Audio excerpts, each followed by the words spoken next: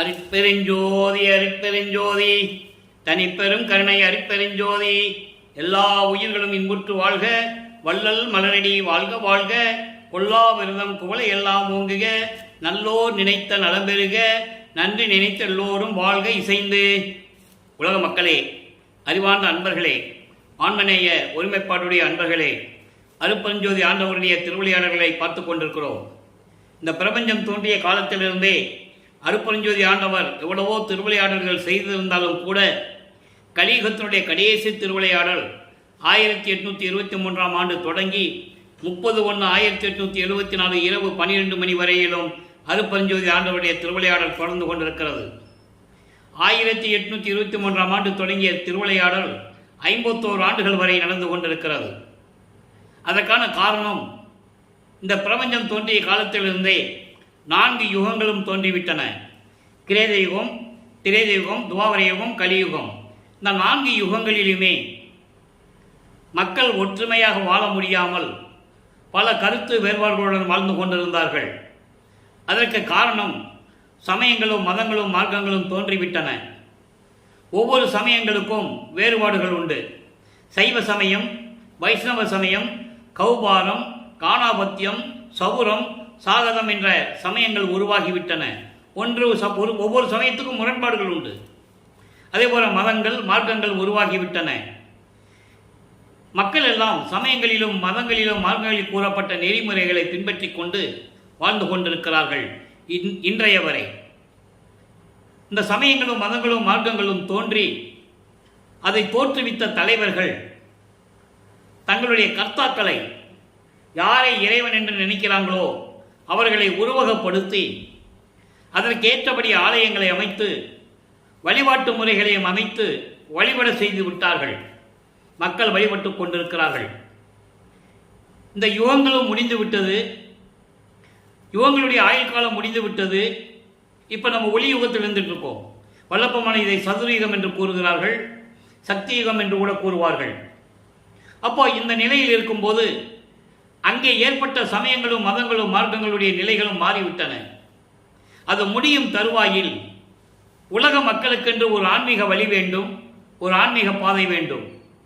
அப்போ அருட்பெருஞ்சோதி ஆண்டவர் சுத்த சன்மார்க்கத்தை நிறுவி அதை தன் மகன் கையில் ஒப்படைத்து இந்த பூலோகிற்கு வருவிக்க செய்து உலக மக்களை எல்லாம் சுத்த சன்மார்க்கத்தில் சேர்த்து உலக மக்களெல்லாம் சமரசமாக இன்புற்று வாழ வேண்டும் என்பதற்காகவே தன்னால் உருவாக்கப்பட்ட அருள்மிக்க தன்னுடைய செல்வ பிள்ளையை, அவர் பெயர் செல்வப்பிள்ளை, அருட்பெருஞ்சோதி ஆண்டவர் தன் மகனுக்கு இட்ட பெயர் செல்வப்பிள்ளை.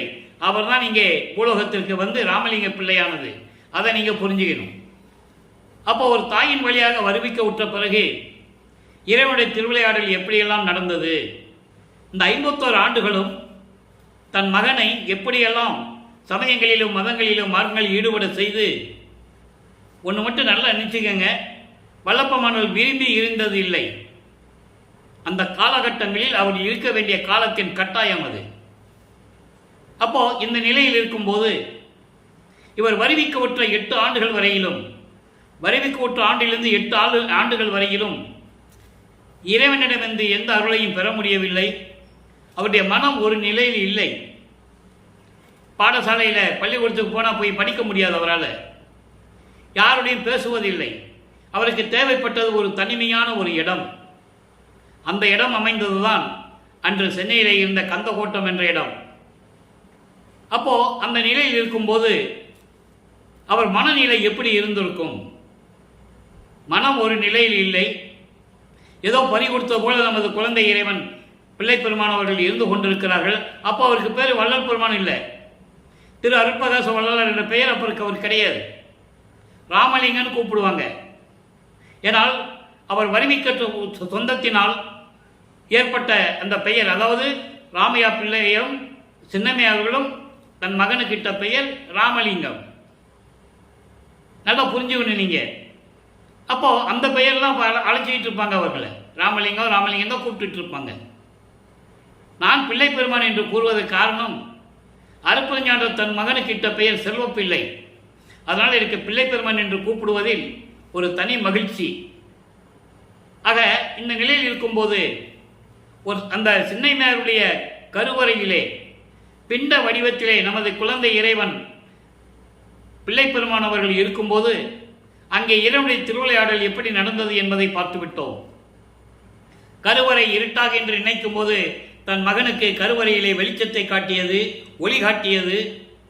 கருவறையிலே தன் மகன் பசி என்று நினைக்கும் போது சொல்லும் போது மகன் பசியோடு இருக்கிறான் என்று சொல்லி அருட்பெருஞ்சோதி ஆண்டவர் அங்கே அருள் அமுதம் ஊட்டியது.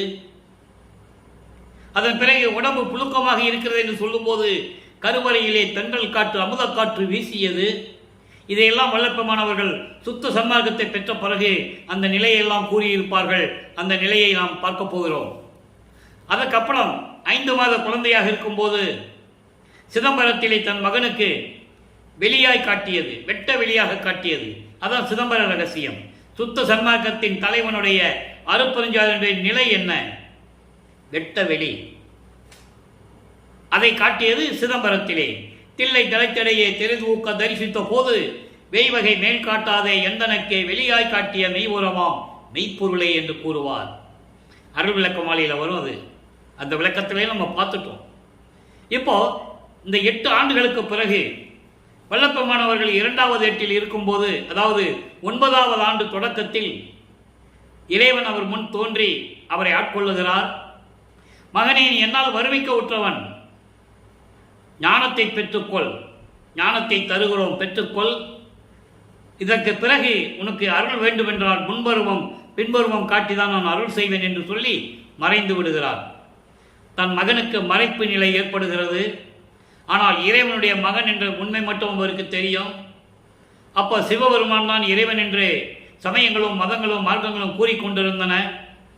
அந்த நிலையில் இவரும் சைவ சமயத்தின் தலைவனாகிய சிவபெருமானை எப்படி முறையீடு செய்தார், சிவபெருமானை எப்படி வழிபட்டார், சைவ சமயத்தினுடைய அடையாளங்களாகிய திருநூறு பூசிக்கொள்ளுவதும், உத்தராட்ச மாலையை போட்டுக்கொள்ளுவதும், இறைவனை பற்றி சிவசிவா நமச்சிவாயா ஓம் சிவாய நம என்று பாடுவதும், இந்த நிலையில் வல்லற்பெருமானவர்கள் நமது பிள்ளை பெருமானவர்கள் எப்படி இருந்தார் என்பதை நாம் ஒவ்வொரு பாடலின் மூலமாக நாம் பார்த்து கொண்டிருக்கிறோம். ஒவ்வொரு திருமுறையிலிருந்தும் ஒவ்வொரு பாடல்களிலிருந்தும் வல்லற்பெருமானுடைய நிலையையும், எப்படியெல்லாம் அருட்பெருஞ்சாண்டவர் தன் மகனிடம் திருவிளையாடல் செய்து கொண்டிருக்கிறார், பக்குவப்படுத்திக் கொண்டிருக்கிறார், தன் மகனை சமயங்களிலும் மதங்களிலும் மார்க்கங்களில் இருக்க செய்து எப்படி பக்குவப்படுத்துகிறார். அதுதான் திருள் என்று சொல்லுவார் வல்லற்பெருமானவர்கள். திருள் என்பது அருள் பக்குவம். அதை எப்படியெல்லாம் நடந்து கொண்டிருக்கிறது என்பதை தான் நாம் பார்த்து கொண்டிருக்கிறோம். அந்த வகையில் நாம் இன்று திருவருள் முறையீடு என்ற பதியத்திலிருந்தே நாம் பார்த்து கொண்டிருக்கிறோம். திருவருள் முறையீடு மொத்தம் 232 பாடல்களை கொண்டது. இன்று நாம் 201வது பாடலை பார்க்க போகிறோம். நல்லா கவனிங்க.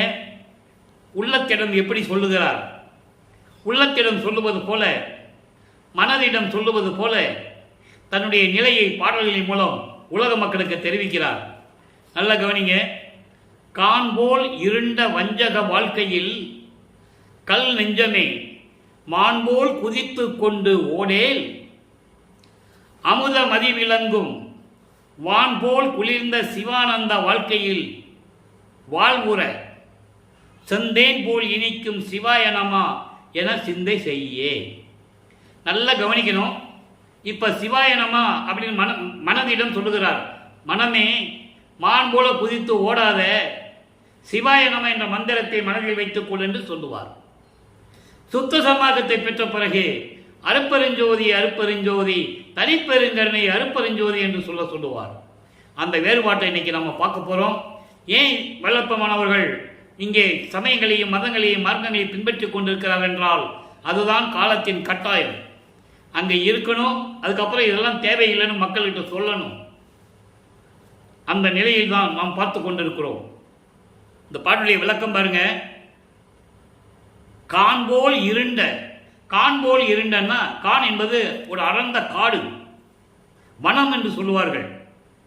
அப்படி அடர்ந்த காடு போல இருண்ட இந்த கொடிய உலக வாழ்க்கையில், இந்த கொடிய உலக வாழ்க்கையில் கல் போன்று இறுகிய மனமே, நான் சொல்லுவதை கேள். எப்படி? மான் போல குதித்து கொண்டு ஓடாதே, மான் போல் குதித்து கொண்டு ஓடாதே மனமே, மதிமண்டலத்து அமுதமாகிய மெஞ்ஞானமாக விளங்கும் வான்போல் உயர்ந்த சிவானந்தம் வாழ்க்கையில். சிவானந்தம் வாழ்க்கையில் என்பது பேரின்பமான வாழ்க்கை.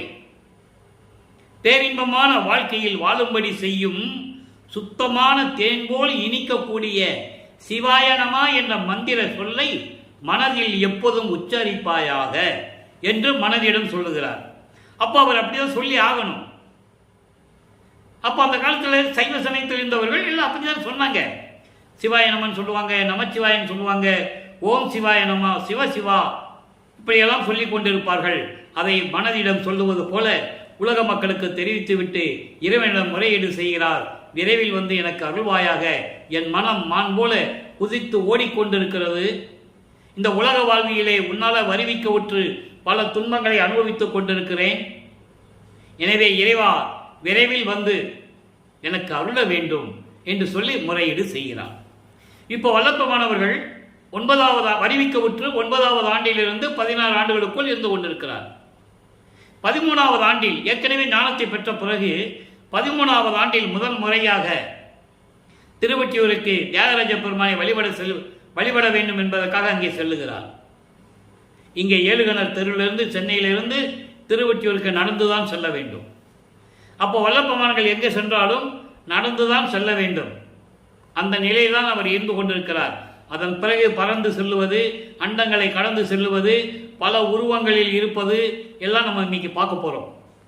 அப்போ இந்த நிலையில் இருக்கும்போது 16வது ஆண்டுக்குள் இருக்கும்போது 13வது ஆண்டிலே திருவொற்றியூர் சென்று தியாகராஜர் பெருமானை எப்படி வழிபடுகிறார் என்பதை 2ஆம் திருமுறையிலிருந்து பார்த்து கொண்டிருக்கிறோம்.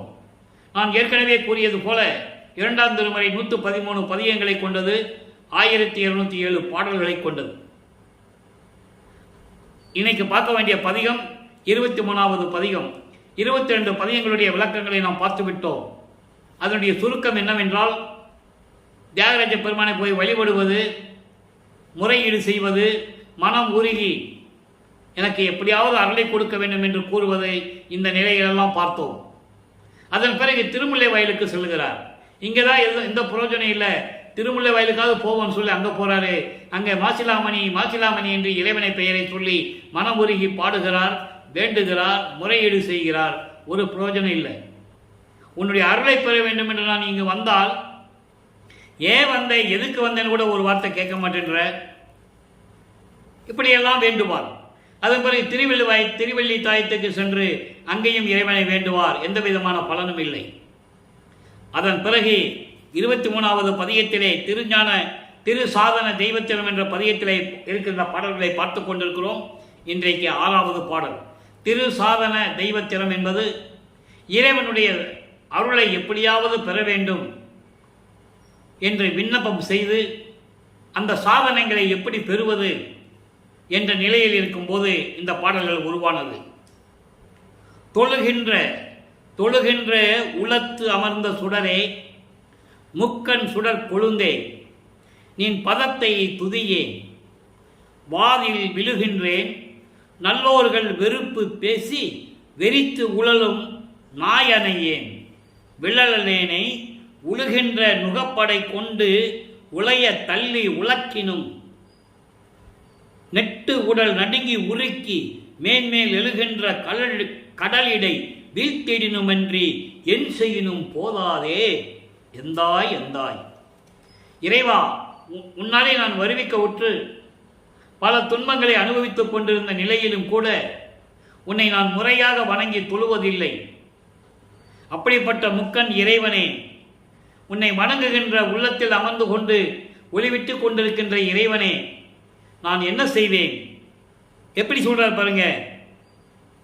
உன் திருவடியை வணங்க முடியாமல், வணங்க தெரியாமல், மனம் ஒரு நிலையில் இல்லாமல் விவாதம் செய்து கொண்டு, மற்றவர்களோடு விவாதம் செய்து கொண்டு, விவாதத்தில் ஈடுபட்டு கொண்டு வீணாக பொழுதை நாட்களை கடத்தி கொண்டிருக்கிறேன். நல்லோர்கள் என் மீது வெறுப்பு காட்டும்படி அவர்களிடம் நான் பேசிக் கொண்டிருக்கிறேன். நல்லவர்கள் என் மீது வெறுப்பு காட்டும்படி நான் நடந்து கொண்டிருக்கிறேன். ஆனால் அப்படிப்பட்ட என்னை என்ன செய்ய வேண்டும் என்று நீ நினைக்கிறாயோ அந்தபடி நீ செய்துவிடு. உதாரணமாக அவர் சொல்றாரு, உதாரணமாக அதாவது என் மேலே ஏர் உழுகின்ற அந்த கலப்பையை என் தோளிலே மாட்டி, எருதுக்கு பதிலாக மாட்டுக்கு பதிலாக அந்த ஏர் உழுகின்ற அந்த அந்த கலப்பையை என் தோளில் மாட்டி என்னை உழ செய்தாலும், எப்படி சொல்ற பாருங்க, என்னை உழ செய்தாலும் என் உடல் நடுங்கி அதற்கு மேலே எழுகின்ற கடலில் எழுகின்ற அந்த அலைகள் மேல் கட்டி வீசினாலும் கூட என்ன செஞ்சாலும் இது போதாதே இறைவா, எனக்கு விரைவில் வந்து அருள் கொடுப்பாயாக என்று கூறுகிறார். பாடலின் மைய கருத்து, அவ்வளவு துன்பத்தை அனுபவித்துக் கொண்டிருக்கிறார். நீ என்ன செய்யணும்னு நினைக்கிற, நீ செஞ்சுக்கோ. காட்டில் ஏர் உழுற மாடு இருக்குல்ல, அந்த மாட்டை அவித்து விட்டுட்டு என்ன மாடா மாட்டிக்கோ. என் கழுத்தில் ஏர் உழுகிற அந்த கலப்பையை மாட்டி என்னை வச்சு ஏர் உழுதாலும் சரி, என்னை கட்டி கடலில் போட்டு தூக்கி போட்டாலும் சரி, என்ன செஞ்சாலும் நீ செஞ்சுக்கோ. விரைவில் வந்து எனக்கு அருள வேண்டும், நான் துன்பத்தில் மாட்டிக்கொண்டு கவலைப்பட்டு கொண்டிருக்கிறேன் என்று சொல்லி முறையீடு செய்கிறார். இப்போ வல்லப்பெருமான் அவர்கள் 16 ஆண்டுகளுக்குள் இருந்து கடந்து கொண்டிருக்கிறார். இப்போ 3வது எட்டில் அடியெடுத்து வைக்கிறார். 17வது ஆண்டிலிருந்து 24 ஆண்டுகள் வரைக்குள்ளே என்ன நடந்தது என்பதை தான் 3ஆம் திருமுறையை பார்த்து கொண்டிருக்கிறோம். 3ஆம் திருமுறையுடைய பதிகங்கள் அற்புதமான பதிகங்கள். நாம் எல்லா பதிகங்களுடைய விளக்கத்தை பார்த்து விட்டோம். இன்று 18வது பதிகம் ஆற்றா விரகம் என்ற பதிகத்திலிருந்து 1வது பாடல். ஆற்றா விரகம் என்பது அது ஒரு விதமான நோய். பிள்ளைப்பெருமான் சொல்வார்கள், விரக நோய் என்பார்கள், விரக தாபம் என்பார்கள். ஏக்கம், காதலனுடைய காதலை எவ்வளவு தூரம் காதலை மதிக்கிறாள் என்பதையும், காதலன் தன்னிடம் வந்து இன்பத்தை கொடுக்கவில்லை என்பதையும் கூறுவதுதான் ஆற்றா விரகம். அந்த சகிக்க முடியாத ஒரு நிலை, ஏக்கத்தின் உச்சக்கட்டம், அது ஒரு நோய் என்று சொல்லுகிறார் வல்லப்பெருமானவர்கள். அதை எப்படி பார்க்கிறோம் பாருங்க. 1வது பாடல், ஓணம் உடையான் தொழுது ஏத்தும் ஒற்றி நகர்வால் உத்தமர்பால் மான வழியே சென்று என்னை மருவி அனைவீர் என்றேன். நான் நாணம் விடுத்து நவின்றாலும் நான் யார் நீ யார் என்பாரேல், ஏன விழியா என் செய்வேன் என்னை மடவார் இகழ்வாரே. தோழியிடம் சொல்லுகிறார், மனைவியிடம் சொல்லுவது போல, தோழியிடம் சொல்லுவது போல உலக மக்களுக்கு தன்னுடைய மனவேதனையை, ஆதங்கத்தை தெரியப்படுத்துகிறார் நமது பிள்ளைப்பெருமான் அவர்கள். ஓணம் உடையான், இங்கே ஒரு விளக்கம் தர காத்திருக்கிறேன் நண்பர்களே. இப்போ மற்ற புராணங்களிலும் காவியங்களை பற்றி நான் எப்பயுமே திருவள்ளுவர் பற்றி பேசும்போது பேசுவதில்லை. திருக்குறளாக இருந்தாலும் சரி, தேவாரம், திருவாசகம், திருமந்திரம் எதுவாக இருந்தாலும் சரி. ஏனால் திருவள்ளுவரிலே அத்தனை விளக்கங்கள் இருக்கின்றன. ஆனால் இங்கே வல்லப்பெருமான்கள் குறிப்பிடும் போது அந்த விளக்கத்தை நாம் எடுத்து கூற வேண்டிய ஒரு கடமையில், கட்டாயத்தில் இருக்கிறோம். நீங்க எந்த தேவாரம், திருவாசகம், எந்த திருமுறைகள் எடுத்தாலும் சரி, எந்த புராணங்கள் எடுத்தாலும் சரி, அதை உருவாக்கியவர்கள், அதை பற்றி பாடியவர்கள் இறைவனை பற்றி பாடி போற்றி போற்றி பாடி அருளை பெற்றிருப்பார்கள், இறுதியில் முத்தி அடைந்திருப்பார்கள். இதுதான் எல்லா நூல்களிலும் உண்டு. ஆனால் திருவட்பா அப்படி அல்ல. பிரபஞ்சத்தின் உண்மையை கூற வேண்டும், அதே நேரத்தில் இறைவனுடைய திருவிளையாடலை கூற வேண்டும், தனக்கும் இறைவனால் வருவிக்க உற்றவன் என்ற நிலையில் இறைவனுடைய அருளை பெற வேண்டி இவர் எப்படியெல்லாம் முறையீடு செய்கிறார் என்பதையும் உலக மக்களுக்கு கூற வேண்டும். இது எல்லாமே ஒன்றாக இணைந்ததுதான் திருவற்பா. திருவற்பாவுடைய கான்செப்ட் 1ஆம் திருமுறையிலிருந்து 6ஆம் திருமுறை வரைக்கும் இருக்கிற நோக்கம் என்னவென்றால், இறைவனால் வருவிக்க உற்றவர் எதுக்காக வருவிக்க உற்றார்? ஆன்ற சன்மார்க்கம் அணிபெற என்னைத்தான் ஈன்று அமுதளித்த இனிய நற்றாயே. அப்போ சன்மார்க்கத்தை உலக மக்களிடம் நிலைநிறுத்துவதற்காகத்தான் நான் வருவிக்க விட்டேன் என்று கூறுகிறார். அகத்தை கருத்து புறத்தை வெளுத்திருந்த உலக அனைவரையும் சகத்தை திருத்தி உலக மக்களையும் ஒன்னா சேர்த்து சன்மார்க்கத்தை அடைவித்திட, அவரும் இகத்தை பலத்தை பெற்று இந்த உலகிலே எல்லா இன்பங்களையும் பெற்று மகிழ்ந்திடுவதற்கென்றே என்னை உகத்தே இறைவன் வருவிக்க உற்றேன், அருளை பெற்றேனே சொல்லிட்டாரா? அப்போ அவருடைய கான்செப்ட் என்ன? இறைவனுடைய கான்செப்ட் தன் மகனை வருவிக்க செய்து அதன் மூலமாக உலக மக்களை சுத்த சன்மார்க்கத்தில் இணைக்க வேண்டும். வருவித்த வண்ணமும் நானே, இம்மாநிலத்தை செய்யும் மன்னமும் நானே. தெளிவாக சொல்லுவார். என்னையும் இரக்கந்தன்னையும் ஒன்றாக இருக்க செய்வித்து மன்னி வாழ்வுற வருவித்த கருணை வள்ளல் நீ என்று கூறுவார். அந்த நிலையில் இருந்து கொண்டு அது 6ஆம் திருமுறையிலே அதை நம்ம பார்க்க போகிறோம். ஏன் இந்த ஓணம் உடையான்னு சொன்னார்னா, திரிவோணம் என்ற நட்சத்திரத்தில் பிறந்த மகாவிஷ்ணு இருக்கிறானே, அந்த மகாவிஷ்ணு தொழக்கூடிய இறைவன் நீ அல்லவா என்று கூறுகிறார். ஓணம் உடையான் தொழுது ஏத்தும் ஒற்றி நகர்வாள் உத்தமர். திருவொற்றியில் இருக்கின்ற இறைவனை, தியாகராஜ பெருமானை, சிவபெருமானை அங்கே விஷ்ணு வணங்கி கொண்டிருக்கிறான். நல்லா கவனிக்கணும். இங்கே விஷ்ணு சிவபெருமானை வணங்குகிறார் என்று சொல்லுவார். சுத்த சன்மார்க்கத்தை பெற்ற பிறகு விஷ்ணு என்னை வணங்குகிறார் என்று சொல்லுவார். அந்த விளக்கத்தை இன்னைக்கு நம்ம பார்க்க போறோம். ஏனால் இவர் பிரமனால் படைக்கப்பட்டவர் அல்ல, விஷ்ணுவால் காக்கப்பட்டவர் அல்ல. இந்த 5 பத தலைவர்கள் இருக்கிறார்களே, அவர்களுக்கும் இவருக்கும் சம்பந்தமே கிடையாது. அதான் சொல்லுவாரு, பிறந்து பிறந்து இறக்கும் தேவர்கள் என் முன் வழியிலர் என்று சொல்லுவார். வழியிலர் என்பது எனக்கு நிகரானவர்கள் அல்ல. பிரம்மனும் திருமாலும் ருத்திரனும் மகேஸ்வரனும் சதாசிவமும் யாராக இருந்தாலும் சரி, எனக்கு நிகர் யாருமே இல்லை என்று கூறுவார். அப்படிப்பட்ட நிலையில் இருக்கின்றவர் வல்லற்பமானவர்கள் என்பதை இங்கு நான் பதிவு செய்ய கடமைப்பட்டிருக்கிறேன். திருவருட்பாவையில் அத்தனை ஆதாரங்களும் உண்டு, யாரும் மறுக்க முடியாது. அப்போ அப்படிப்பட்ட விஷ்ணு வணங்கக்கூடிய திருவொற்றியில் இருக்கின்ற இறைவனிடம் மான வழியை சென்று என்னை மருவி அணைவீர் என்றால் எப்படி சொல்ற பாருங்க. அவர்கிட்ட போய் திருவொற்றிற்கு போய் உள்ள நெகிழ்ச்சியோடு உள்ள உருகி என்னை ஆட்கொள்ளுங்கள், என்னை அணைத்துக் கொள்ளுங்கள் என்று நான் சொன்னால், நான் நாணம் எடுத்து நவின்றாலும் வெக்கத்தை விட்டு சொல்றேன், என்னை கட்டிப்பிடிச்சிக்கோ, நான் உன்னை காதலிக்கிறேன், நான் உன்னோட கலந்து கொள்ள விரும்புகிறேன் அப்படின்லாம் நான் வெக்கத்தை விட்டு சொன்னாலும், அவர் ஆமா நீ யாரு அப்படின்னு கேட்டு விட்டால் எப்படி சொல்றார் பாருங்க. நாம் யாரு, நான் யாருன்னு நீ நினைச்சிட்டு இருக்க, நீ யாரு முதல்ல அப்படின்னு அவர் என்னை கேட்டுட்டா நான் என்ன செய்வேன்? பெண்கள் எல்லாம் கூடி சிரிப்பாங்களே. அவர் ஏன் பெண்கள் கூடி சிரிக்கிறார் என்றால், தன்னை ஒரு தலைவியாக, ஒரு பெண்ணாக உருவகப்படுத்தி, இறைவனை தலைவனாக உருவகப்படுத்தி, உள்ளத்தை தோழியாக உருவப்படுத்தி இந்த பாடலை நமக்கு அருளியதால் அங்கே பெண்கள் என்று சொல்லுகிறார். அதை மக்கள் என்று எடுத்துக்கொள்ள வேண்டும். உலக மக்களுக்கு தெரிவிக்கிறார். திருவோணத்தில் பிறந்த விஷ்ணு இருக்கானே, அப்படி வணங்கக்கூடிய இறைவன் திருவொற்றியில் இருக்கின்ற இறைவன்.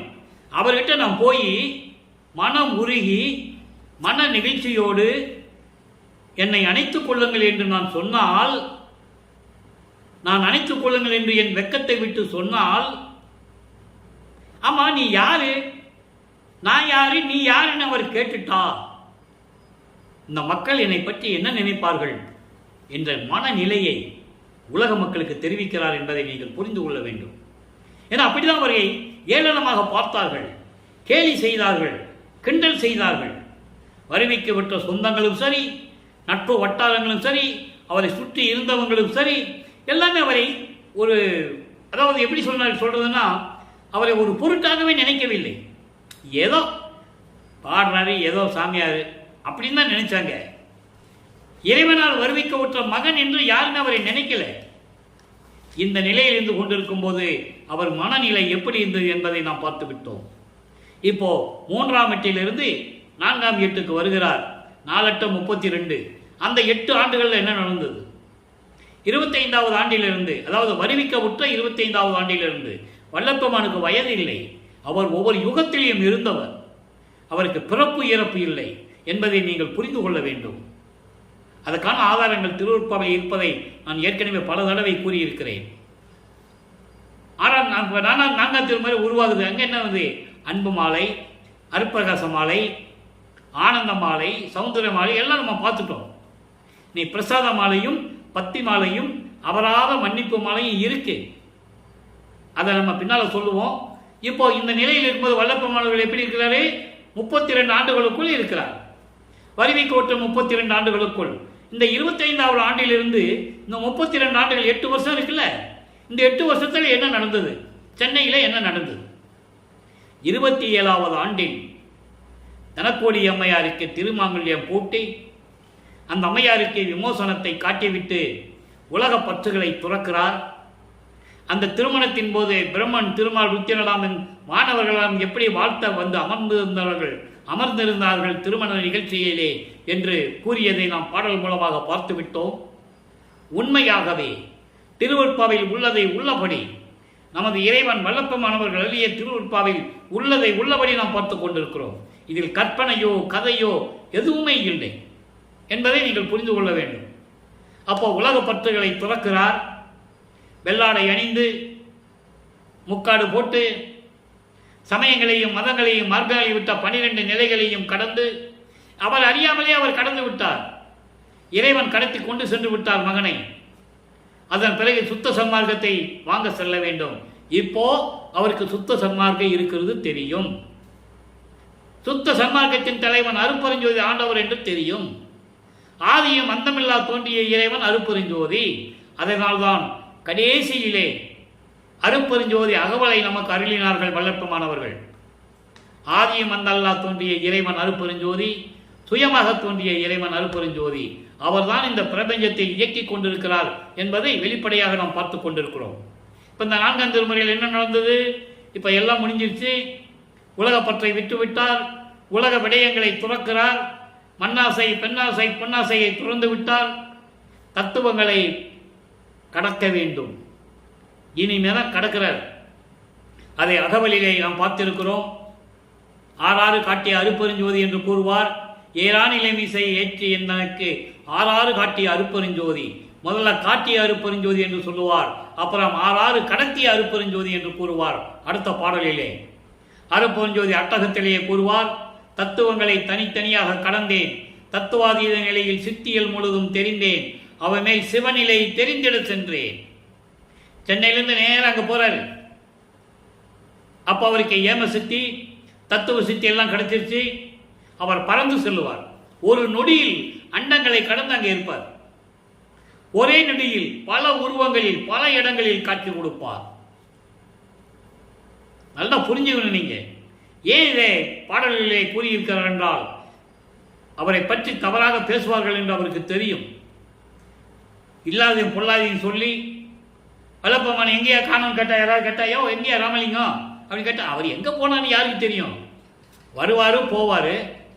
வந்த 3 மாதம் எங்கே இருப்பார், 6 மாதம் எங்கே போனாருன்னு தெரியாது. இப்படிதான் அவருடைய நிலையை கூறினார்கள் மக்களிடம்.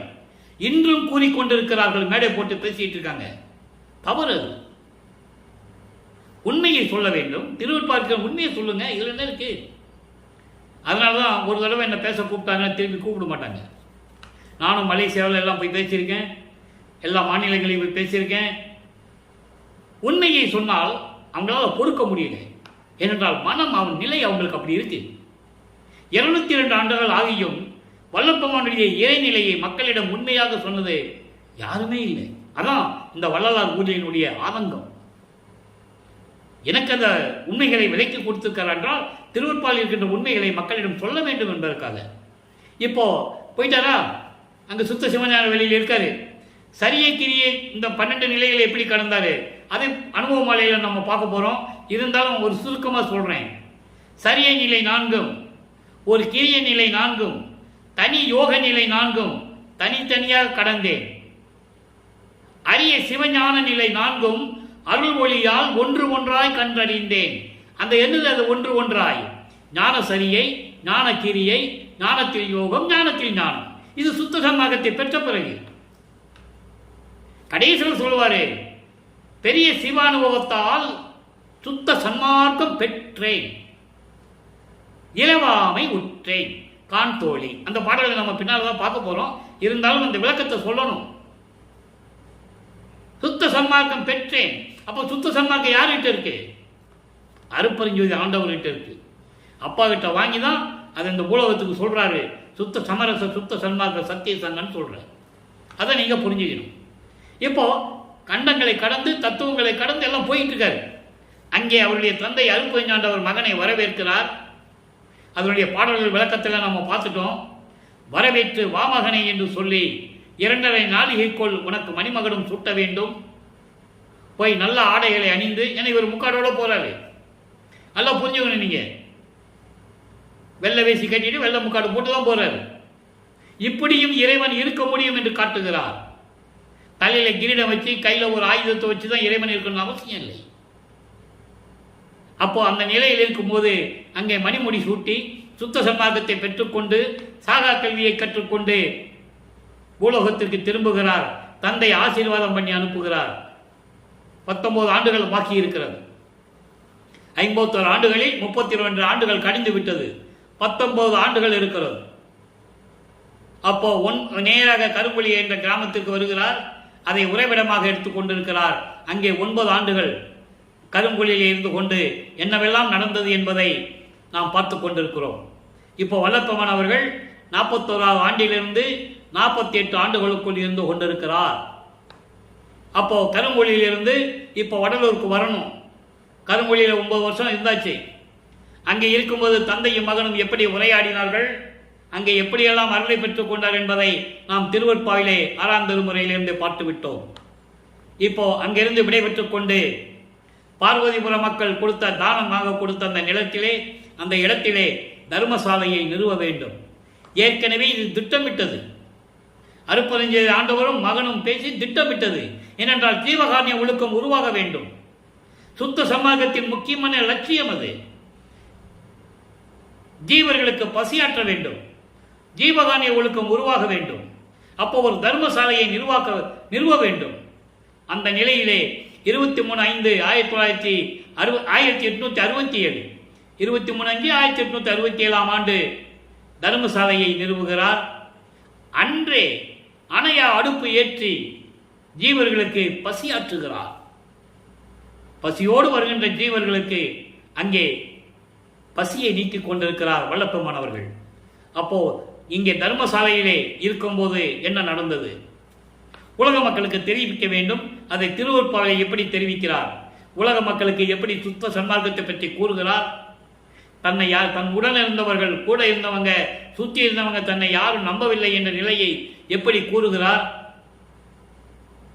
அதுக்கப்புறம் உத்தரஞான சிதம்பரமாலை எப்படி உருவாகிறது, இந்த பெருவழியை எப்படி ஆட்கொள்ள வேண்டும் என்று அருப்பரஞ்சாண்டவருடைய கட்டளையின்படி எப்படி நடக்கிறது என்பதை நாம் படிப்படியாக பார்த்து கொண்டிருக்கிறோம்.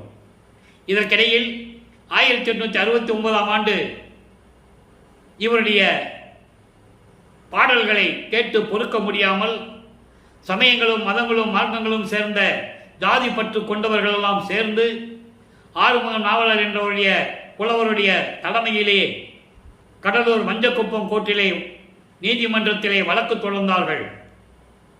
விசாரணை நடந்து கொண்டிருக்கிறது. பிள்ளை பெருமான் அவர்கள் ராமலிங்க பிள்ளை ராமலிங்க பிள்ளை ராமலிங்க பிள்ளை என்று அங்கே நீதிமன்றத்திலே கூப்பிடும்போது, அழைக்கும் போது அங்கே எழுந்தருளுகிறார். இங்கே வடலூர்ந்து அவர் நடந்து போகல. நல்லா புரிஞ்சுக்கணும். நீங்க நினைச்ச இடத்துல இருப்பார். உடனே எழுந்தருள்கிறார். எல்லாம் அதிசயமா பார்க்குறாங்க, என்ன திடீர்னு வந்து நிற்கிறாரு. அப்போ கூட அவரை இறைவன் என்று யாரும் நம்பவில்லை. அதை நீங்க புரிஞ்சுக்கணும். அங்கே நீதிபதி கேட்கிறார், நீங்கள் தான் ராமலிங்க பிள்ளை என்று கேட்கும்போது இவர் நீதிபதிக்கு காட்சி கொடுக்கிறார். அதுதான் அங்க நடந்தது. அப்பதான் நீதிபதி உணர்கிறார், எந்திரிச்சு நிற்கிறார். நீதிபதி நின்ன உடனே எல்லாம் எந்திரிச்சு நிற்கிறாங்க. இந்த நிலையை உலக மக்களிடம் தெரியப்படுத்த வேண்டும். எல்லாம் எந்திரிச்சு நின்னா திருவற்பா வந்து அந்த ஆறுமுக நாவலர் சொன்ன வழக்கு தொடர்ந்த வழக்கு தள்ளுபடி ஆகாது. விசாரணை நடக்க வேண்டும். வக்காலத்து வாங்கி எஃப்ஐஆர் போட்டு வாதி கேஸ் போட்டா பிரதிவாதி பதில் சொல்லணும். வாதியும் பிரதிவாதியும் சொல்கின்ற வாக்குமூலங்களை நீதிபதி கேட்க வேண்டும். அப்பதான் அந்த வழக்கு ஒரு முடிவுக்கு வரும். எந்திரிச்சு நின்னா முடிவுக்கு வராது. அப்படின்னு சொன்னாங்க. கோர்ட்டுக்கு போனாரே, இவர் பார்த்து எல்லாம் எந்திரிச்சு நின்னாங்க, கேஸ் தள்ளுபடி ஆயிடுச்சுன்னு சொன்னாங்க. அப்படி அல்ல. வாக்குவாதம் விசாரணை நடந்திருக்க வேண்டும்.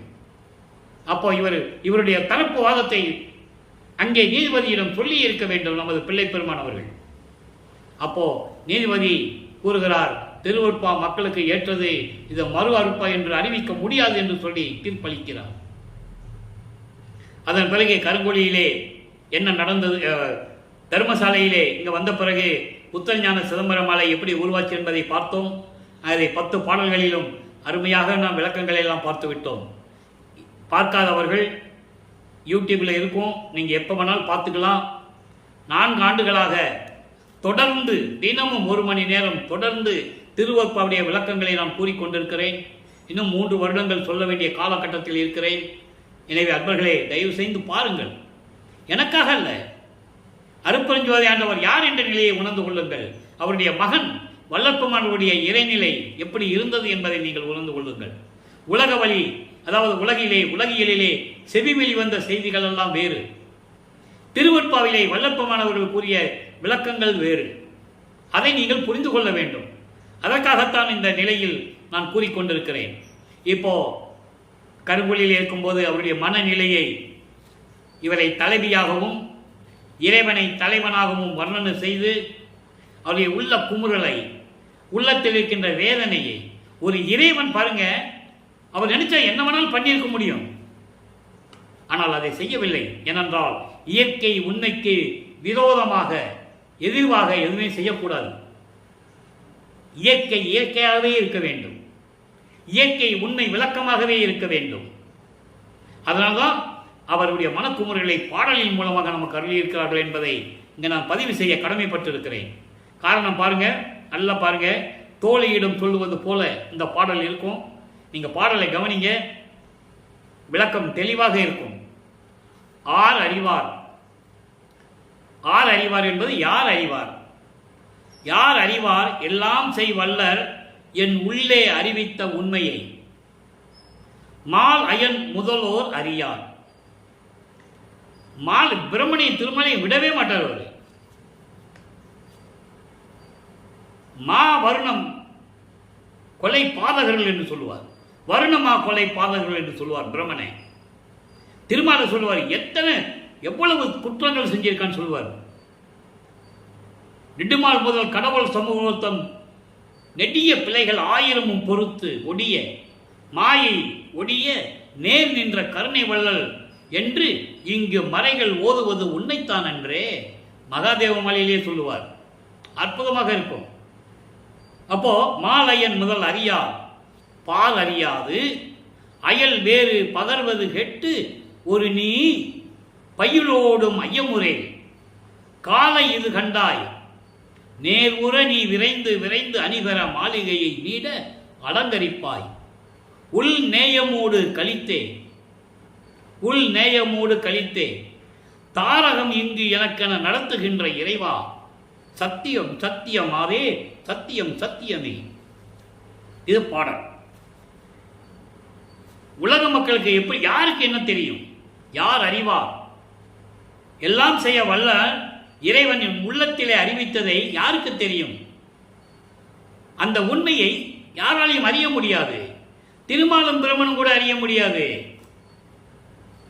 திருமாலும் பிரம்மன் கூட அறிய முடியாது என் உள்ளத்தில் அறிவித்ததை. காரணம், நான் பிரம்மனால் படைக்கப்பட்டவன் அல்ல, திருமாலால் காக்கப்பட்டவன் அல்ல. நான் என் தந்தை அருட்பெருஞ்சோதி ஆண்டவருடைய அருளால் உருவாக்கப்பட்டவன். நீயே என் தந்தை அருளுடையாய், என்னை நேர்ந்து பெற்ற தாயே என்று கூறுவார். அற்புதமாக இருக்கும். அப்படியெல்லாம் என்னை வளர்த்த இறைவன் சொன்ன உண்மையை யாருக்கு தெரியும்? பிரம்மன் திருமால் கூட அறிய முடியாது. காரணம், அவங்களுக்கு மெஞ்ஞானம் இல்லை என்று கூறுவார். நான்முகத்தோனும் திரு நெடுமாலும் மெஞ்ஞானம் என்னும் வான்முக கண் கொண்டு காணாமல் தம் உருமாறியும் இறைவனுடைய திருமுடியை அடிய முடிய பார்க்கறதுக்கு மெஞ்ஞானம் கிடையாது. அவங்களுக்கு தெரியல, பார்க்க முடியல, உருமாறுகிறார்கள். பிரம்மன் அன்னப்பறவையாகவும் திருமால் பன்றியாகவும் உருவெடுத்து, அதற்காகவே திருமால் ஒரு அவதாரம் எடுத்தான், வராக அவதாரம். பார்க்க முடியல. அதான் இங்க சொல்றாரு, திருமாலும் பிரம்மனும் கூட அதுக்கு தெரியாது, அவங்களுக்கு தெரியாது. பார் அறியாது, இந்த உலகத்துக்கே தெரியாது. இறைவன் என் உள்ளே அறிவித்த உண்மையை பிரம்மனும் திருமாலும் அறிஞ்சிக்க முடியாது, இந்த உலகத்துக்கு தெரியாது. எப்படி? வேற யாராவது சொல்லுவதை கேட்டு மனமே நீ மயங்காதே, தோழியே நீ மயங்காதே. அயல் வேறு பகர்வது கெட்டு ஒரு பையிலோடும் ஐயமுறை. கலக்கத்தோடவோ சந்தேகத்தோடவோ நீ எதுவுமே நினைக்காத. வேற யாரும் வேற என்ன வேணா சொல்லிட்டு போட்டோம். இதற்கு அர்த்தம் என்னன்னா, உண்மையான விளக்கம், நான் சொல்லுவதை உலக மக்கள் யாரும் கேட்பதில்லை, என்னோடு இருக்கின்றவர்களும் நான் சொல்லுவதை கேட்பதில்லை. நான் சொல்லுகிறேன், இறைவன் என் உள்ளத்தில் அறிவித்த உண்மையை யாருக்கும் தெரியாதுப்பா, உலகத்துக்கே தெரியாதுன்னு நான் சொல்றேன், யாரும் கேட்கறது இல்லை. அதனால சொல்றாரு, தோழியிடம் சொல்வது போல. வேற யாராவது ஏதாவது பேசிட்டு இருந்தா கூட நீ அதை பத்தி கலக்கம் அடையாதே, சந்தேகப்படாதே தோழியே, இறைவன் வருகின்ற நேரம் வந்து விட்டது. இறைவன் வருகின்ற நேரம் வந்து விட்டது. நீ நேரம் என்ன பண்ற, நேரம் உடனே போய் உன் மனதை சுத்தப்படுத்து, மாளிகையை அலங்கரிப்பாயாக. அவர் எந்த மாளிகை வச்சிருந்தார் அலங்கரிக்கிறது? எல்லாமே இருந்த இடத்துல சும்மாவே இருந்தார். அவர் சென்னையில் இருக்கும்போது வாடகை வீட்டில் அவங்க இருந்தார். அதுக்கப்புறம் கருங்குழியில் ஒரு வீட்டில் இருந்தார், சொந்த வீடாதவருக்கே இல்லை. இங்கே தர்மசாலை இருக்கிறது, பார்வதிபுரம் மக்கள் கொடுத்தாங்க, அங்கே இருந்தார். அங்கே மேட்டுக்குப்பத்தில் இந்த வைஷ்ணவர்கள் இருந்த இந்த 10க்கு 10 ஓலக்கோட்டை ரூமில் தான் இருந்தார். அவருக்கு அது மாளிகை. அப்போ மனதை என்ன சொல்றாருன்னா, சமயங்களும் மதங்களும் மார்க்கங்களும் சூழ்ந்திருந்த காலகட்டங்களில் வாழ்ந்த மக்கள் அதையே பின்பற்றி கொண்டிருக்கிறார்கள். மனதை சுத்தப்படுத்தவில்லை, துர்மார்க்கத்தில் இருந்து கொண்டிருக்கிறார்கள். அந்த மனதை சுத்தப்படுத்த வேண்டும். இறைவன் வருகிறார். அப்படி என்ன சொல்றாரு, சுத்த சன்மார்க்கத்தில் இருக்க வேண்டும் என்று கூறுகிறார். சுத்த சன்மார்க்கத்தில் மாளிகையை அலங்கரிப்பாயாக, உள் நேயமோடு கழித்து, உள் அன்போடு இறைவன் மீது பற்று கொண்டு உள் அன்போடு மனதை சுத்தப்படுத்த வேண்டும், மனதை அலங்கரிக்க வேண்டும், சுத்த சன்மார்க்கத்தை பெற்றுக்கொள்ள வேண்டும் என்று கூறுகிறார். தாரகம் இங்கு எனக்கென நடத்து இறைவானை. இதுதான் தாரக மந்திரம். தாரக மந்திரம் என்று சொல்லுவார். தாரக மந்திரம், இதுதான் தாரக மந்திரம். இது இறைவன் கொடுத்த கட்டளை. இது சத்தியம் சத்தியம் சத்தியம் என்று கூறுகிறார். ஒரு இறைவன் மக்களிடம் சத்தியம் கூறுவதை இங்குதான் நீங்க பார்க்க முடியும். மனிதர்களுக்கு மனிதர்கள் சத்தியம் பண்ணுவது வேறு, மனிதர்களுக்காக இறைவன் சத்தியம் பண்ணுகிறார். காரணம், மனிதர்கள் மக்கள் அறியாமையில் இருந்து கொண்டிருக்கிறார்கள். இயற்கை உண்மை விளக்க கடவுள் யார் என்று தெரியாமல் இருந்து கொண்டிருக்கிறார்கள் என்று கூறுவார். எங்க மேட்டுக்கூத்தில் பேர் பூஜசம் பண்ணும்போது அதெல்லாம் நம்ம அப்போ பார்க்க போறோம். ரொம்ப அருமையா இருக்கும். அந்த நிலையில் இருக்கும்போது அடுத்த பதியத்தில் சொல்றார் பாருங்க, உலகிற்கு உய்வகை கூறல். உலக மக்கள் எப்படி மேன்மடைய வேண்டும் என்று சொல்லுகிறார்.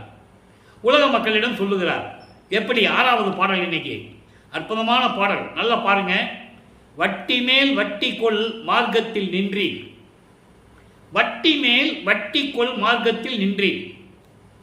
இதுக்கு அர்த்தம் பாருங்க, அதாவது தீமைகளும் தீய செயல்களும் நிறைந்த கர்ம வினைகள் நிறைந்த மார்க்கத்தில், சமயங்களும் மதங்களும் மார்க்கங்களில் நீங்கள் இருந்து கொண்டு இருக்கிறீர்கள். அதான் வட்டி மேல் வட்டி கொள். வட்டி மேல் வட்டினா வட்டிக்கு வாங்குறது இல்லை. தீமைகளும் கர்ம வினைகளும் நிறைந்த துன்மார்க்கங்களாகிய சமயங்களும் மதங்களும் மார்க்கங்களில் வாழ்ந்து கொண்டிருக்கிறீர்கள். அப்படிதானே நடந்து கொண்டிருக்கின்றது. வாழ்ந்து கொண்டிருக்கிறீர்கள். வட்டியை வளைக்கின்ற மார்க்கத்தை அறியே. அந்த தீமைகளையும் கர்ம வினைகளையும் நீக்கக்கூடிய ஒரு மார்க்கம் இருக்கிறது. சுத்த சன்மார்க்கத்தை பற்றி உங்களுக்கு தெரியவில்லை. எப்படி சொல்ற பாருங்க, இது வரைக்கும் நீங்க அப்படித்தானே இருந்தீங்க. சைவ சமயத்தை சேர்ந்தவன் சிவபெருமானு, நடராஜனு, சொக்கநாதனு, மகாலிங்கன்னு பேசிட்டு இருக்கீங்க, வணங்கிட்டு இருக்கீங்க. அதனால என்ன பலன் கண்டீர்கள்? கர்ம வினைகளையும் தீமைகளையும் நீக்கக்கூடிய சுத்த சன்மார்க்கத்தை பற்றி உங்களுக்கு தெரியவில்லையே. அடுத்து பாருங்க, பெட்டி மேல் பெட்டி வைத்து ஆளுகின்றீர். பெட்டி மேல் பெட்டி வைத்து வந்து ஆளுகின்றீர். செல்வங்களை தேடிக்கொண்டு சென்று கொண்டிருக்கிறீர்கள். ஆசை பத்தாது, நம்ம சம்பாதித்து சேர்த்த செல்வம் பத்தாது பத்தாது பத்தாது என்று சொல்லி சம்பாதித்துக் கொண்டு அடுக்கிக் கொண்டிருக்கிறீர்கள். அதனால் என்ன பலன்? வயிற்று பெட்டியை நிரப்பிக் கொண்டு ஒட்டியுள் இருந்தீர். வயிற்று பெட்டி, உங்கள் வயிறு நிரம்பினால் போதும். உங்கள் வயிறு நிரம்பினால் இருந்து போதும் என்று யாருக்கு தெரியாமல் வயிறு உடைக்க உண்டு கொண்டிருந்தீர்கள். உலக மக்களே, இப்படியெல்லாம் இருந்து கொண்டிருக்கிறீர்கள். அடுத்து சொல்றார் பாருங்க, பட்டினி கிடப்பாரை பார்க்கவும் நேரி. பட்டினி கிடப்பாரை பார்க்கவும் நேரி. இங்கே ஜீவகாரியத்தை சொல்றாரு. யாரும் பசியோடு இருந்து கூட பார்த்து கூட பார்க்காம நின்றுட்டு இருக்கீங்க. பசியோடு அவர்களுக்கு பசியாற்ற வேண்டாமா? அது கூட பார்க்காம இருக்கிறீங்க, பார்க்காம மாதிரி போய்கிட்டு இருக்கீங்க. இதெல்லாம் நல்லாவா இருக்கே உலக மக்களே? அப்படியெல்லாம் இருந்து கொண்டிருக்கிறீர்கள். பட்டினி கிடப்பாரை பார்க்கவும் நேரீர், பழம் கஞ்சியாயினும் வழங்கவும் நினைவீர். பல கஞ்சியை கூட கொடுக்கலாம்ல, பழைய கஞ்சி கூட கொடுக்கலாம்ல, அது கூட நீங்க நினைக்கிறது இல்லை. எட்டி போல் வாழ்கின்றேன். எட்டி போல் வாழ்கின்றேன் என்றால், எட்டி மரம்னு ஒரு மரம் இருக்கு. அந்த மரம் எதுக்குமே உபயோகப்படாது. காயோ பழமோ இலையோ அந்த மரத்தை வெட்டினா கூட வீடுக்கு உத்தரமோ ஜன்னல் கூட செய்ய முடியாது. எட்டி மரம் போல் வாழ்கின்றேன். எதற்கும் பயனில்லாத எட்டி மரம் போன்று வாழ்ந்து கொண்டிருக்கிறீர்கள். கொட்டி போல் கிளைத்தீர். கொட்டி என்பது இது ஒரு வகையான கிழங்கு. அது திங்கவும் முடியாது, ஒன்றும் பண்ண முடியாது. அப்படியெல்லாம் நீங்கள் இருந்து கொண்டிருக்கிறீர்கள். எத்தனை கொள்கின்றீர் பித்துலகிறே. பிற எதுதான் உங்களுக்கு துணை என்று நினைத்துக் கொண்டிருக்கிறீர்கள்? உலக மக்களே, வாருங்கள். இதுவரைக்கும் நீங்கள் சமயங்களிலும் மதங்களிலும் மார்களில் இருந்தது போதும், போதும், பட்டதெல்லாம் போதும். இனிமேல் நீங்கள் சுத்த சன்மார்க்கத்தை எடுத்துக்கொண்டு, சுத்த சன்மார்க்கத்தில் இருந்து கொண்டு, இறைவனுடைய அருளை பெற்றுக்கொண்டு நீங்கள் மரணமில்லா பெருவாழ்வில் வாழலாம் என்று சொல்லுகிறார். அதைதான் ஞானசரியிலே முதல் பாடலிலே நமக்கு அருளினார்கள்.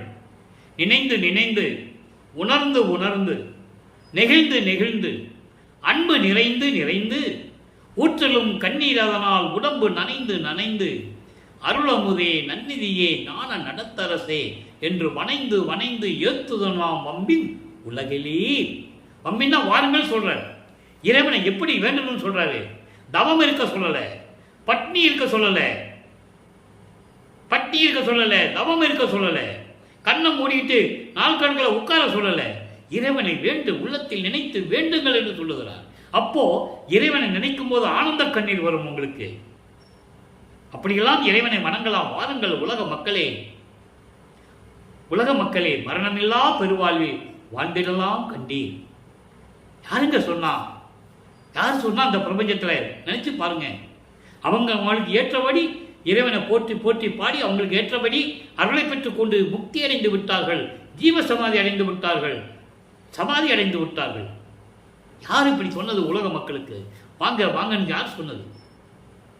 புனைந்துரையேன் பொய் புகழேன், சத்தியமே சொல்லுகின்றேன். கற்பனையாகவோ எடுத்துக்கட்டாகவோ நான் சொல்லவில்லை, உண்மையை சொல்றேன். பொற்றவையில் சிற்றவையில் புகுந்தருணம் இதுவே. அற்புதமா சொல்றேன். அப்புறம் பாருங்க, புனித குலம் பெருமாறு புகழ்கள். அடுத்த பதியத்தில் 105வது பதியத்தில் 1வது பாடல். இப்போ உலக மக்கள் சொல்லிட்டார்ல, இப்படிலாம் இருந்து என்ன பலனை பெற போறீங்க அப்படின்னு சொல்லிட்டு சுத்த சன்மார்க்கத்தை பெற்றுக்கொள்ள வேண்டும். புனித குலம், புனித குலம் என்று சொல்லுவார். அந்த புனித குலத்தின் தலைமகன் எனது மகன் என்று சொல்லுவார். யாரைய? பிள்ளை பெருமானை. புனித குலம் பெருமாறு புகழுதல். புகழல்னா சொல்லுதல். உலக மக்கள் என்று சொல்றாரு. எப்படி சொல்றாரு பாருங்க. சாதியிலே, மதங்களிலே, சமய நெறிகளிலே, சாத்திர சண்டைகளிலே, கோத்திர சண்டையிலே, ஆதியிலே அபிமானித்து அலைகின்ற உலகில். அதாவது ஜாதிகளிலும் மதங்களிலும் ஈடுபட்டு ஒருத்தருக்கு ஒருத்தர் சண்டை போட்டுக்கிட்டு இப்படியெல்லாம் திரிந்து கொண்டிருக்கின்ற உலக மக்களை ஆதியிலிருந்து முதலிலிருந்தே அபிமானித்து விரும்பி இதெல்லாம் விரும்பி ஏற்றுக்கொண்டு இப்படியெல்லாம் சண்டையிட்டு திரிந்து கொண்டிருக்கின்றீர்களே உலக மக்களே, அலைந்து அலைந்து வீணே நீர் அழிதல் அழகல்லவே. இப்படி வீணாக அலைந்து அலைந்து வீணாகி போய் கடைசியில் என்ன பண்றீங்க? செத்து போறீங்க. இது நல்லாவா இருக்கு? அப்படி செத்து போறீங்க. நீதியிலே, சன்மார்க்க நிலைதனிலே, சன்மார்க்க நிலைதனிலே ஞான நிறுத்தமிடும் தனி தலைவர் ஒருத்தர் சொல்லிட்டாரா? நீதியிலே, சன்மார்க்க நெறியிலே, அருப்பெருஞ்சோதி வடிவிலே, அங்கே சத்தியஞான சபையிலே திருவிளையாடல் செய்து கொண்டு அருள்நடனம் செய்து கொண்டிருக்கின்ற தனி தலைவன் ஒருத்தன் இருக்கிறானே, அருப்பெருஞ்சோதி ஆண்டவர். அவர்தாமே வீதியிலே, அவருடைய நெறியிலே, இங்கே வீதி என்பது நெறி, சுத்த சன்மார்க்க நெறியிலே, அவருடைய சுத்த சன்மார்க்க நெறியிலே அருப்பெருஞ்சோதி விளையாடல் புரிய, அருப்பெருஞ்சோதி விளையாடல் செய்து கொண்டு மேவுகின்ற தருணம் இது. இங்கே வருகின்ற நேரம் வந்துவிட்டது. கூவுகின்றேன் உமையே, உங்களை அழைக்கின்றேன் உலக மக்களே, வாருங்கள் வாருங்கள் என்று அழைக்கிறார். இறைவன் வருகின்ற நேரம் வந்துவிட்டது, வாருங்கள் வாருங்கள் என்று அழைக்கிறார். அதுக்கு உலக மக்கள் எப்படி இருக்கிறான்னு முதல்ல சொல்றாரு. சாதியிலே, மதத்திலே, சமய நெறியில் சண்டை போட்டுக்கிட்டு, கோத்தர சண்டையில் போட்டுக்கிட்டு, ஜாதி சண்டையில் போட்டுக்கிட்டு எல்லாம் இருக்கிறீங்களே, இதெல்லாம் நல்லாவா இருக்கு? கடைசியில் செத்து தானே போறீங்க. மரணமில்லா பெருவாழ்வில் நீங்கள் வாழ வேண்டாமா? வாருங்கள், இறைவன் வருகின்ற நேரம் வந்துவிட்டது. அங்கே திருவிளையாடல் செய்து கொண்டிருக்கின்ற இறைவன் அருப்பெருஞ்சாண்டவர் வருகின்ற நேரம் வந்துவிட்டது. அதனால் உங்களை நான் அழைக்கிறேன், சீக்கிரம் வாருங்கள், சுத்த சன்மார்க்கத்தில் சேர்ந்து கொள்ளுங்கள் என்று சொல்லுகிறார். அடுத்த பதியத்தில் சொல்றார் பாருங்க, சுத்த சிவநிலை. இன்னைக்கு 16வது பாடல். மொத்தம் 47 பாடல் இருக்கு. இதுவரை 15 பாடலை பார்த்துருக்கோம். இன்னைக்கு 16வது பாடலில் என்ன சொல்றாரு நல்லா கவனிக்கும் நண்பர்களே. காரணம் ஏன் ஒவ்வொரு பாடலை சொல்லி இறைவனுடைய திருவிளையாடலை கூறுகிறோம் என்றால், அப்பதான் மக்களுக்கு புரியணும். வல்லப்பவன் யாருன்னு தெரியணும். இல்லை, இதுவரைக்கும் அவரை பற்றி யாருமே சொல்லலையே. பசைக்கு சோறு போட சொன்னார், அதான் சொன்னாங்க, வேற எதுவுமே சொல்லலை. அதான உண்மை. நான் என்னும் வேதம் தன்னை, நான் என்னும் வேதம் தன்னை தவிர்ந்தான். மகனே, நீயும் நானும் வேறல்ல, நம்ம 2 பேரும் ஒன்றுதான். அப்போ வல்லப்பமன் எந்த நிலையில் இருக்கிறார்? அருப்பெருஞ்சோதி நிலையில் இருந்து கொண்டிருக்கிறார். வேதமே இல்லை, வேறுபாடு இல்லை. மகனே, நீ நான் என்ற வேறுபாடு இல்லை, நீயும் நானும் ஒன்றுதான். நீயும் நானும் ஒன்றென உரைத்த நல்கும் ஜோதியே. எங்கே மெய்யல் வியப்பில் சொல்லுவார், அது அற்புதமா இருக்கும். அப்போ நீயும் நானும் ஒன்றுதான் சொல்லிட்டாரா? அடுத்து பாருங்க, நான் ஆனான் சிற்றம்பலாவன். இங்கே ஏன் நான் ஆனான் என்று சொன்னார். சில இடங்கள்ல இவர் உருவத்தில் தான், இவருடைய வடிவில் தான் அருப்பெருஞ்சாண்டவர் செல்லுவார். சில இடங்களில் சென்றிருக்கார். அதனுடைய விளக்கங்களை நம்ம பார்க்க போறோம். எல்லாம் நினைச்சிட்டு இருப்பாங்க, முக்காடு போட்டு வந்தவொடனே சரி ராமலிங்க பிள்ளை தான் வந்திருக்காரு. அப்போ வள்ளலார் கூட அவங்களுக்கு சொல்ல தெரியாது. சரி வள்ளலார் வந்துட்டாரு, ராமலிங்கம் வந்துட்டாருன்னு தான் சொல்லுவாங்க. நான் போனது அருப்பெருஞ்சோதி. அதான் சொல்றாரு, நான் ஆனான் சிற்றம்பலவன் சொல்லிட்டாரா? சில இடங்கள்ல இவர் ரூபத்தில் அருப்பெருஞ்சாண்டவர் போவார்.